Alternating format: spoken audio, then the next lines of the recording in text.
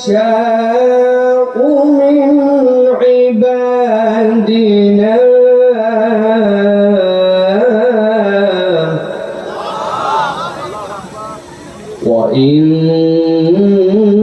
وإنك لتهدي إلى صراط مستقيم نهدي به من نشاء من عبادنا وإنك لتهدي إلى صراط مستقيم وقال الله سبحانه وتعالى آمرا ومخبرا إن الله وملائكته يصلون على النبي يا أيها الذين آمنوا صلوا عليه وسلموا تسليما اللهم صل على محمد وعلى آل محمد كما صليت على إبراهيم وعلى آل إبراهيم إنك حميد مجيد اللهم بارك على محمد وعلى آل محمد كما باركت على إبراهيم وعلى آل إبراهيم إنك حميد مجيد الحمد لله আল্লাহ রাব্বুল আলামিনের কাছে শুকরগুজার হচ্ছি যে আল্লাহ রাব্বুল আলামিন আজকে বাংলাদেশের ঐতিহ্যবাহী জেলা সাতক্ষীরার ইসলামী সেমিনার কমিটি এবং নওয়াবেকি এর যৌথ উদ্যোগে আজকের এই নওয়াবেকি মাধ্যমিক বিদ্যালয় ময়দানে 2 দিন ব্যাপী ঐতিহাসিক এই মাহফিলে আমাদেরকে আসার বসার তৌফিক যোগ্যতা সুস্থতা মন মানসিকতা পরিবেশ পরিস্থিতি দান করলেন সেই আল্লাহর কাছে আমরা কৃতজ্ঞ হচ্ছি সকলে পড়ছি আলহামদুলিল্লাহ দরুদ এবং সালাম বর্ষিত হোক মানবতার মহান মুক্তির দূত আকা ইনামদার তাজেদারে মদিনা আপনার আমার প্রিয় রাসূল জনাবে মুহাম্মদুর রাসূলুল্লাহ সাল্লাল্লাহু আলাইহি ওয়াসাল্লামের প্রতি আজকের এই মাহফিলের সম্মানিত সভাপতি জনাব মাসুদুর রহমান সাহেব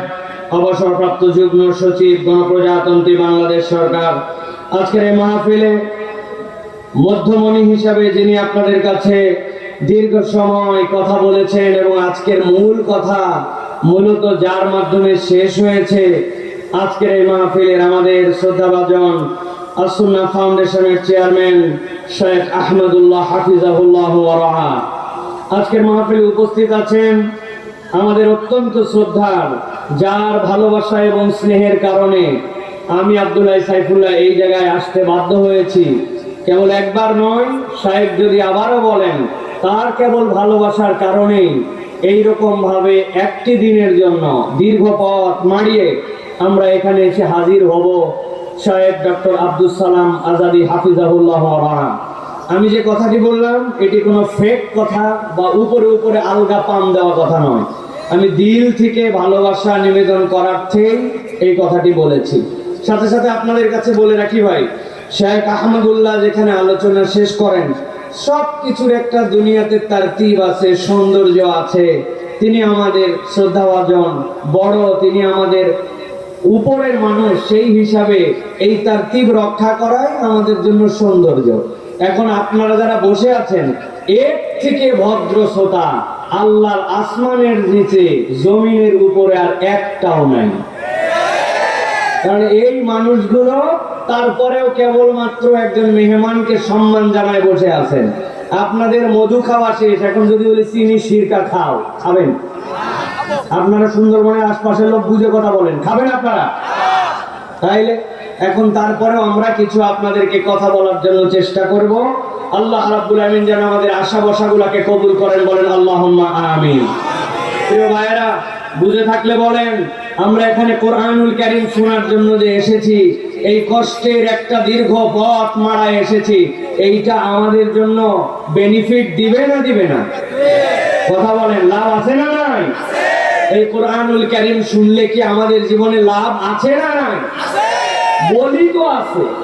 কিন্তু আসলে লাভ যে কি আছে এইটা আমরা কিন্তু ঠিকঠাক মতো জানি না, ঠিক না ভাই? এই জন্য কোরআনুল কারীম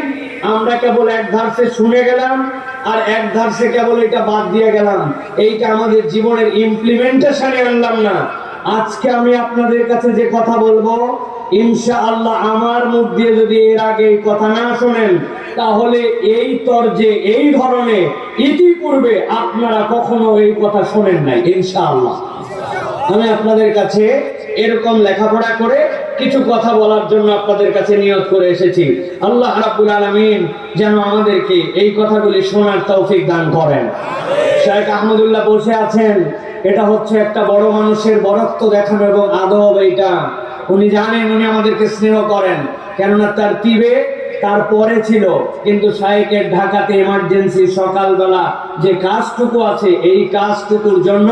উনি একটু আগে ভাগে বেরিয়ে যাবেন, দীর্ঘ একটা পথ তিনি পার করবেন, আমি এরপরে যাব। এই জন্য শায়েকের নিরাপদ যাত্রার জন্য আপনারা দিল থেকে দোয়া করেন, আল্লাহ রাব্বুল আলামিন তাকে সহ সকল দাঈ ইলাল্লাহদেরকে নিরাপদ পথ এবং নিরাপদ জীবন দান করেন।